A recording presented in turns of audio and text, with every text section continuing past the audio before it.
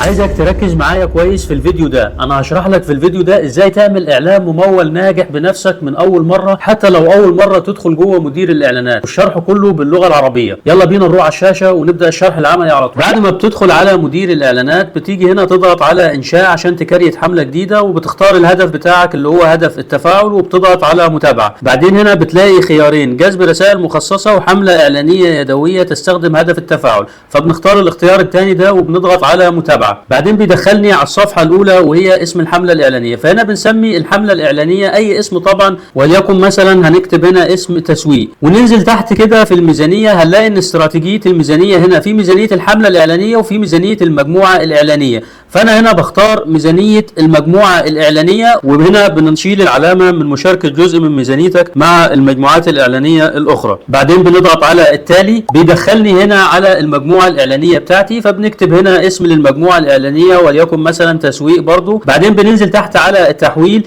فبنلاقي هنا في موقع التحويل خيارات عديدة، فبنختار هنا وجهات الرسائل لان انا عايز الاعلان بتاعي طبعا يجيب لي رسائل من العملاء المهتمين. طيب هنا في خيارين عندي في استقبال الرسائل بتاعتي، بيقول لي في وجهة تلقائية وفي وجهة يدوية. الفرق ببساطة ان في الوجهة التلقائية هو بيقول لك ان الاعلان بتاعك هيوصل لكل الناس. العميل اللي هو مهتم بالرسائل على الماسنجر هيحوله مباشرة على الماسنجر، العميل المهتم بالانستجرام هيحوله على الانستجرام، العميل المهتم بالواتساب هيحوله مباشرة على الواتساب. انا بختار الوجهه اليدويه في حاله ايه؟ لو انا هحدد حاجه واحده او حاجتين. يعني انا مثلا مش عايز عميل يكلمني على الانستجرام، او انا مش عايز عميل يكلمني على الواتساب، او انا مش عايز عميل يكلمني على الماسنجر، او انا عايز عميل يكلمني في مكان واحد بس. ففي الحاله دي انا بختار الوجهه اليدويه. طبعا احنا هنا بنسيب الوجهه التلقائيه، وبننزل تحت كده في نوعين عندي من الميزانيه، في الميزانيه اليوميه وفي ميزانيه الحمله كلها. باختصار كده الميزانيه اليوميه لو انا مش محدد وقت معين للحمله بتاعتي، يعني انا مش محدد ان انا هعمل الحمله دي لمده اسبوع او لمده شهر او لمده 10 ايام، ففي الحاله دي انا بختار الميزانيه اليوميه. في الحاله دي الفيسبوك بيصرف لي كل يوم المبلغ اللي انا حاطه له في الميزانيه اليوميه،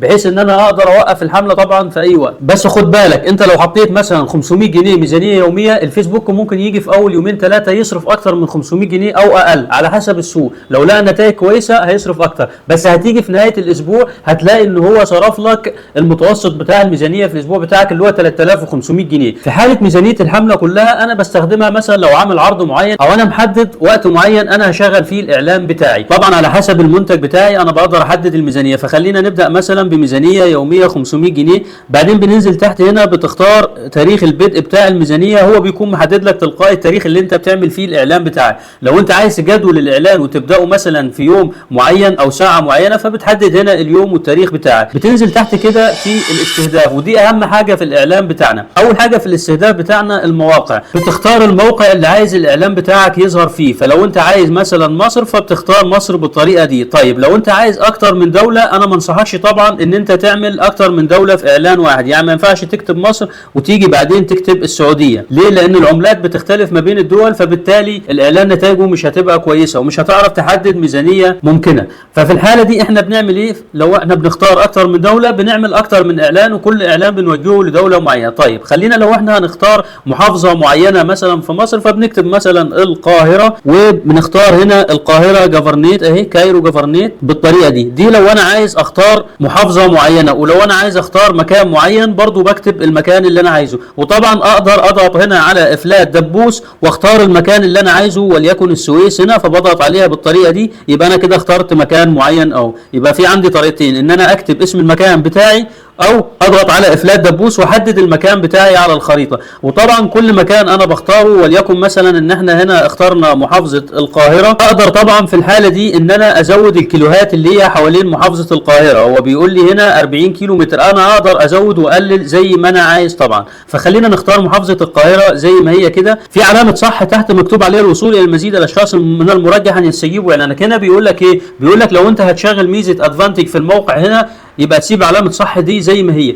العلامه دي معناها ايه؟ معناها ان هو بيقول لك ان هو لو لقى عميل مهتم بس مش في محافظه القاهره، في الاماكن اللي حوالين محافظه القاهره، هو هيوصل الاعلان بتاعك ليه. يعني لو انت ضغطت على العلامه دي، ففي الحاله دي انت ممكن تستقبل رسائل من ناس بره القاهره. فلو انت بتقدم شحن او الخدمه بتاعتك تقدر تقدمها في مكان خارج المحافظه اللي انت محددها له، فانت بتسيب العلامه دي زي ما هي. لو انت مش بتقدم شحن، او انت محل مثلا او مكتب او عياده، وانت عايز الناس اللي في المحافظه بس، او مش محتاج عميل من بره، انت بتشيل العلامه دي. بعدين بننزل تحت هنا بنضغط على اقتراح جمهور اختياري، وبنيجي للعمر بتاع الجمهور بتاعنا. وليكن مثلا انا بعمل اعلان عن تسويق رقمي واعلانات مموله، ففي الحاله دي احنا بنحدد مثلا العمر بتاعنا وليكن مثلا من 20 ل 50. انت طبعا على حسب المنتج بتاعك اللي انت بتبيعه او الخدمه اللي انت بتقدمها بتقدر تعرف ايه هو العميل بتاعك او ايه هو عمر العميل بتاعك. انت تقدر تحدد الرجال او النساء او تحدد الاثنين مع بعض. بعدين بننزل تحت هنا على الاستهداف التفصيلي.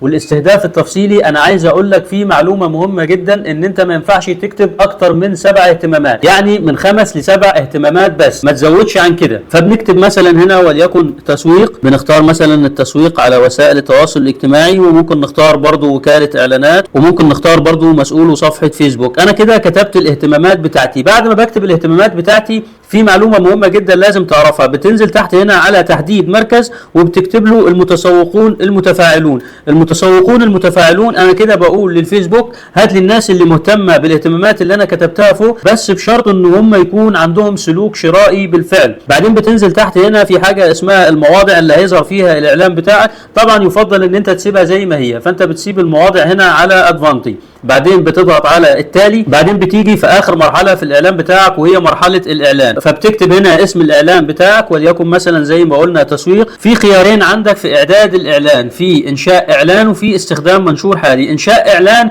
لو انت ما عندكش البوست بتاعك اللي انت عايز تعمل له اعلان ممول على صفحتك وعايز تعمل بوست جديد، يعني هتضيف فيديو هنا او هتضيف صور او كاروسيل او غيره.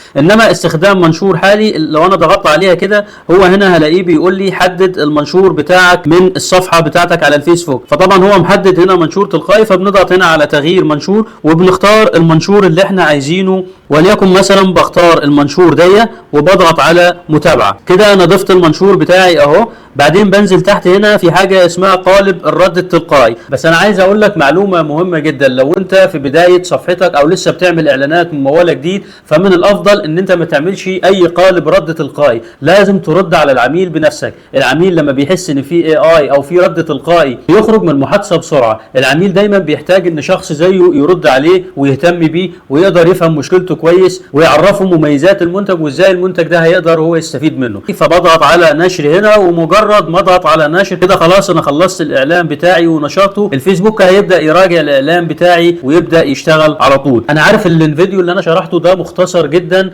وطبعا في حاجات وتركات كتير جوه مدير الاعلانات انا ما شرحتهاش في الفيديو ده. بس انت لو عايز تسال عن اي حاجه او عندك اي كومنت اكتب لي في التعليقات انت عايز تعرف ايه وانا هرد عليك.